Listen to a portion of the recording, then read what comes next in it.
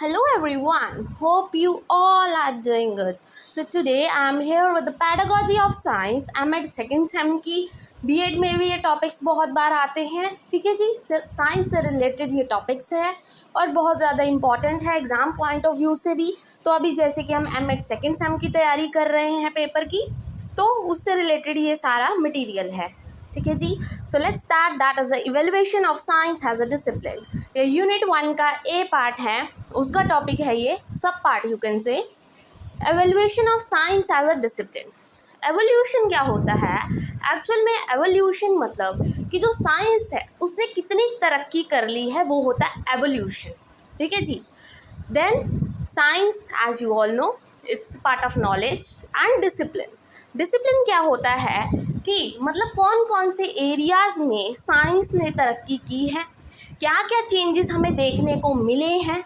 जैसे कि कहते हैं ना, बहुत सारे सब्जेक्ट हैं, बहुत सारे क्या, हर सब्जेक्ट है जो साइंस से रिलेटेड है, या जो साइंस है वो हर एक सब्जेक्ट से रिलेटेड है, ठीक है। ये एक्चुअल में आपको टॉपिक भी आएगा, correlation of science with other subjects और अदर ब्रांचेस। तो उसमें ये सब एक्सप्लेन किया जाएगा कि किसके साथ, कौन से सब्जेक्ट का साइंस के साथ रिलेशन है और कैसे है, ठीक है। But before that, discipline in the word means, इसमें डिसिप्लिन इसलिए बोला गया है, डिसिप्लिन का मतलब कि जो साइंस है उसने कितनी तरक्की की है, कहाँ कहाँ साइंस काम आती है और साइंस के बिना कुछ भी नहीं है, तो वो चीज़ हम इसमें पढ़ेंगे। So let's start. Science is a powerful tool to understand the natural world that is based on experiential evidence, observation and mathematical reasoning.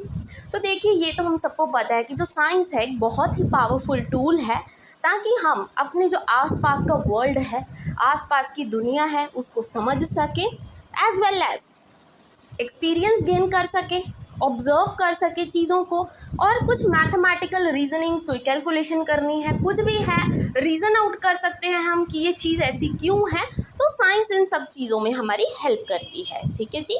Science is a field of work. ये ऐसा मतलब एक फील्ड है वर्क का जिसमें क्या क्या involve होता है, studying the organic and inorganic matter of the earth and the universe. तो देखिए, हमें पता है ना, साइंस को हमने डिवाइड किया है इनऑर्गेनिक, ऑर्गेनिक। जैसे केमिस्ट्री पढ़ते हैं हम, ठीक है जी, ग्रेजुएशन में भी आपने पढ़ा होगा, this is physical chemistry, that is organic chemistry और इनऑर्गेनिक केमिस्ट्री। तो ये सब चीज़ें हैं जो अर्थ और यूनिवर्स में होती हैं, ये सब चीज़ें क्या है, साइंस ही तो है। 3 मेन ब्रांचेस साइंस की कौन सी होती हैं? तो ये देखिए, ये वाली जो चीज़ें होती है ना, इसको हाईलाइट करके फ्लो चार्ट में बना दिया करो, उससे आपका आंसर और ज़्यादा अच्छा हो जाएगा, ठीक है। जो मेन चीज़ आपको लगता है दीज आर मोस्ट इंपॉर्टेंट, और अगर हाईलाइट करोगे तो एग्जामिनर को पता लग जाएगा कि हाँ, इसको तो बहुत नॉलेज है ऑलरेडी, ठीक है। तो 3 मेन ब्रांचेस होती है साइंस की। First is physical science, then come earth science and then is the life science, ठीक है जी। Then word science is derived from the Latin word scientia which means knowledge. कि जो साइंस वर्ड है वो ग्रीक के शब्द से साइंशिया से लिया गया है, जिसका मतलब होता है नॉलेज, जो कि बहुत ज़्यादा सिस्टमैटिकली, ठीक है, प्रॉपर मैनर में, ऑर्गेनाइज्ड मैनर में एक्सप्लेनेशन फुल दी जाती है और प्रिडिक्शंस की जाती है यूनिवर्स की, कि आगे जाके क्या होगा, फ्यूचर में क्या हो सकता है। ये एक साइंस ही तो है जो चीज़ों को प्रिडिक्ट कर लेती है कि आने वाले समय में क्या हो सकता है, ठीक है जी। Then scientific revolution emerged in the 16th century with new ideas and discoveries, ठीक है। जो साइंटिफिक रेवोल्यूशन है, साइंस में जो चेंजेस आए हैं, टेक्नोलॉजी इंट्रोड्यूस होनी स्टार्ट हो गई थी, तो 16th सेंचुरी में बहुत ज़्यादा न्यू आइडियाज़ जो साइंटिस्ट थे वो लेके आए, उन्होंने कुछ डिस्कवरीज भी की। Science has always been defined by its disciplines, but its area of focus, training, specialities and subject matter, ठीक है जी। तो इसमें क्या बोला गया कि जो साइंस है उसको ऑलरेडी मतलब पहले से ही किस चीज़ के लिए जाना जाता था, अपनी डिस्कवरीज के लिए, अपने डिफरेंट आइडियाज़ के लिए जाना जाता था साइंस को, ठीक है।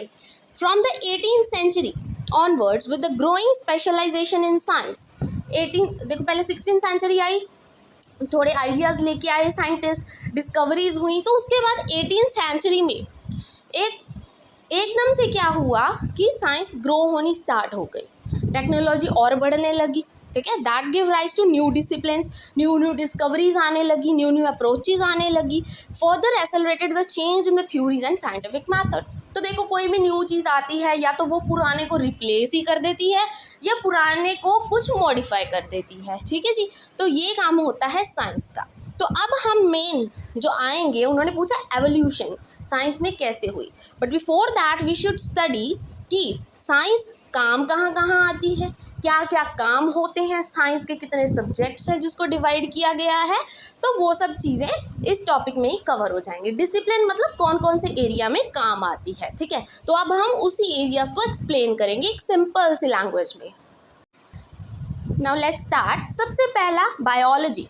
बायोलॉजी में कैसे साइंस काम आई। बायोलॉजी होती क्या है? These are the study of living organisms, ये हम सबको पता है।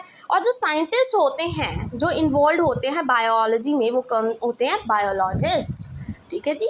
ये छोटी छोटी चीज़ें तो आपको पता ही है। फिर आते हैं केमिस्ट्री। जब हम पढ़ते हैं उसमें हम क्या पढ़ते हैं? साइंस से रिलेटेड केमिकल्स के बारे में पढ़ते हैं, मटेरियल्स के बारे में पढ़ते हैं और रिएक्शंस करते हैं। और कौन करता है केमिस्ट्री की स्टडी? केमिस्ट करते हैं। फिजिक्स क्या होती है? जिसमें हम फोर्सेस और एनर्जीज के बारे में पढ़ते हैं, और जो इसको स्टडी करेगा उसको हम क्या बोलेंगे? फिजिस्ट बोलेंगे। Then come geology. जियोलॉजी क्या मतलब? रॉक्स के बारे में हम स्टडी करेंगे, अर्थ के बारे में और वोल्केनोस के बारे में। इसको कौन स्टडी करेगा? फिर जियोलॉजिस्ट करेगा। ये मत समझना ये ऐसे ही मतलब लिखा हुआ है, बट द थिंग इज कि हमने बोला है कि साइंस की एवोल्यूशन कैसे हुई, कौन इसको स्टडी करता है। तो ये सब चीज़ें लिखना बहुत ज़्यादा ज़रूरी है। ये डिसिप्लिन का हिस्सा है कि कौन कौन से एरियाज़ में साइंस काम आती है। तो बायोलॉजी में, केमिस्ट्री में, फिजिक्स में, जियोलॉजी में। और नेक्स्ट टॉपिक में हम क्या पढ़ेंगे कि एक दूसरे से ये कैसे रिलेटेड है, ठीक है। बट बिफोर दैट हम डिसिप्लिन टॉपिक करेंगे। Then come ecology. इकोलॉजी मतलब जब हम इंटरैक्शंस के बारे में पढ़ते हैं, लिविंग और इन्वायरमेंट के बारे में, अराउंड देम, कि इन्वायरमेंट और जो लिविंग बीइंग्स है वो एक दूसरे से कैसे डिपेंडेंट है, ठीक है जी। ये सब चीज़ें। और कौन स्टडी करता है इसको? इकोलॉजिस्ट करेंगे। देन एस्ट्रोनॉमी क्या होता है? एस्ट्रोनॉमर्स कौन होते हैं? जो प्लैनेट्स के बारे में, तारों के बारे में, यूनिवर्स के बारे में स्टडी करते हैं। और जो साइंटिस्ट होते हैं जो इस फील्ड में, वो कौन होते हैं? एस्ट्रोनॉमर्स। तो आप देख सकते हैं जो साइंस है कितनी सारी फील्ड्स में काम आती हैं। These are the areas. तो देखिए उसको छोटे से पार्ट में एक फ्लो चार्ट की तरह डिवाइड भी कर दिया है मैंने। तो ये भी आप देख सकते हैं साइंस है, उसकी ब्रांचेस कौन कौन सी हैं? Astronomy, biology, chemistry, physics, ecology, geology and psychology. तो जो बायोलॉजी है उसके भी फर्दर 3 पार्ट्स हैं। माइक्रोबायोलॉजी होती है जिसमें आप जर्म्स, बैक्टीरिया के बारे में पढ़ते हैं। बॉटनी होती है जिसमें प्लांट्स के बारे में पढ़ते हैं। ज़ूलॉजी होती है जिसमें एनिमल्स के बारे में पढ़ते हैं। फिजिक्स भी 3 तरह की होती है। एकॉस्टिक जिसमें साउंड्स पढ़ते हैं, ऑप्टिक्स जिसके लाइट में बारे में पढ़ते हैं, रिफ्लेक्शन, रिफ्रैक्शन, ये सब चीज़ें, and mechanics. Then come psychology, its geology. Geology में 3-4 तरह की। सिस्मोलॉजी जब अर्थक्वेक के बारे में स्टडी करेंगे। पैलेंटोलॉजी फोसिल्स के बारे में। वोल्केनोलॉजी जब हम वोल्केनोस के बारे में स्टडी करेंगे। और पेट्रोलॉजी जब हम रॉक्स की बात करेंगे, ठीक है जी। तो ये सब चीज़ें। Then Cuvier, Richer, Lyell, Darwin who made decisive contributions. और जो साइंस है ना, उस टाइम पे किसने सबसे ज़्यादा कंट्रीब्यूट किया, किसने सबसे ज़्यादा डिस्कवरीज की? तो ये 4 नाम थे, याद रखना, ठीक है। They were genius creators, genuine creators, और you can say genius also, ठीक है। And they felt the need to convince the general public of innovative character of their work, ठीक है जी। और उन्होंने बहुत सारी डिस्कवरीज की, अच्छे से अच्छा आइडिया वो लेके आए, उन्होंने बहुत काम किया साइंस की फील्ड में। So as a scientific discipline grows and matures, जैसे जैसे ये डिसिप्लिन ग्रो होता रहा, ठीक है जी, आगे पार्ट्स बनते रहे, सब पार्ट्स बनते रहे, साइंस क्या है तरक्की करने लगा, सब disciplines also emerged. So the emergence of specialist within are a discipline reflects that there is expansion of knowledge. और ये डिसिप्लिन क्या बताती है कि कितने एरियाज़ में साइंस काम आती है और कितनी ज़्यादा नॉलेज एक्सपैंड हो रही है दिन प्रतिदिन। It also indicates a need for increasing focus on training and research. और इससे क्या होता है कि जैसे जैसे डिसिप्लिन आता रहा, एरियाज बढ़ते रहे साइंस के, साइंस का इंटरेस्ट बढ़ने लगा, रिसर्चेज भी होने लगी धीरे धीरे, ठीक है। देन मीनिंग ऑफ साइंस, ये भी थोड़ा सा वैसे मैंने एंड में लिख दिया, मुझे स्टार्टिंग में करना चाहिए था, but it's also important. It is derive from the Latin word sciad which means to know, और फ्रॉम द लेटिन नाउ, ये वर्ब है, याद रखना, दोनों में कंफ्यूज मत होना। वैसे तो स्टार्टिंग में मैंने साइंशिया बताया था नॉलेज, वो बिल्कुल सही है, चाहे उसको लिख दो। अगर आपने वर्ब और नाउन की फॉर्म में लिखना है तो इस तरह से लिख देना, ठीक है जी। So science is a systematic and organised knowledge. तो हम सबको पता है जो साइंस है वो एक सिस्टमैटिक वे में, प्रॉपर मैनर में की जाती है, ऑर्गेनाइज्ड वे में की जाती है। It is a investigation of unknown phenomena. जिस चीज़ के बारे में हमें नहीं पता, हम उस चीज़ के बारे में इन्वेस्टिगेशन करते हैं साइंस में। And compares the existing principles, और जो ऑलरेडी एग्जिस्ट कर रहा है, या तो मैंने बोला था आपको उसको रिप्लेस कर देते हैं, उसकी जगह न्यू चीज़ आती है, या उसको ही मॉडिफाई कर देते हैं कुछ नई चीज़। जैसे आपने पढ़ा होगा ना केमिस्ट्री में भी, एटम्स, न्यूक्लियस पर पहले जे थॉमसन मॉडल आया, उसके बाद बोहर मॉडल आया। मतलब एक ही चीज़ को बार बार वो क्या कर रहे थे, अपनी मॉडिफिकेशंस कर रहे थे उस चीज़ में, ठीक है जी। तो ऐसी चीज़ होती है science. Then theories and practices, ठीक है जी। इट यूज टूल्स ऑफ, कौन कौन से टूल्स यूज़ किए जाते हैं? ऑब्जर्वेशन, सबसे मेन टूल है साइंस का ऑब्जर्वेशन। देन मेजरमेंट, मेजरिंग करते हो, और एक्सपेरिमेंटल करते हो, एक्सपेरिमेंटेशन करते हो, ठीक है। देन 2 से 3 डेफिनेशंस जो आपको साइंस में लिख के आनी ही आनी है, ये मिस आउट मत करना, ठीक है जी। That is according to Fisher, science is the body of knowledge. Science वो बॉडी है नॉलेज की जो हमें कैसे मिलती है, मैथड से, बेस्ड अपॉन ऑब्जर्वेशन। कोई चीज़ ऑब्जर्व करोगे तो खुद ब खुद आपको उस चीज़ की समझ आएगी, ठीक है। देखोगे तो ज़्यादा अच्छे से समझोगे।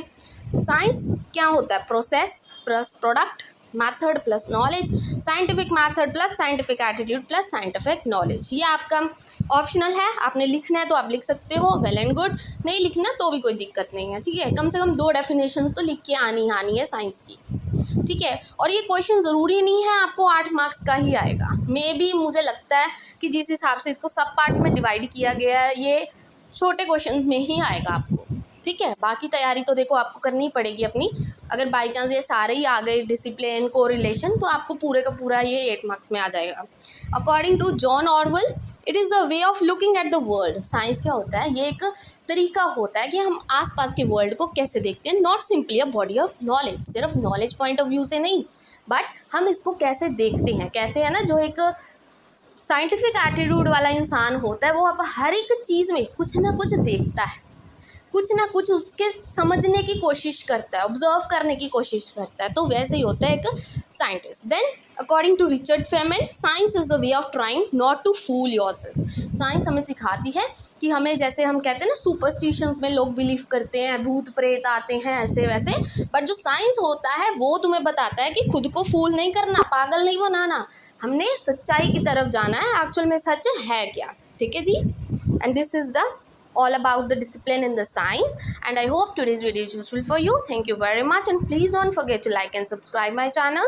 और जैसे कि आपके एग्ज़ाम्स आ रहे हैं तो अगर ज़रूरत पड़ी तो मैं दिन में 2 वीडियोस भी अपलोड कर दूंगी, बट आपका सिलेबस कंप्लीट हो जाएगा। Thank you very much once again.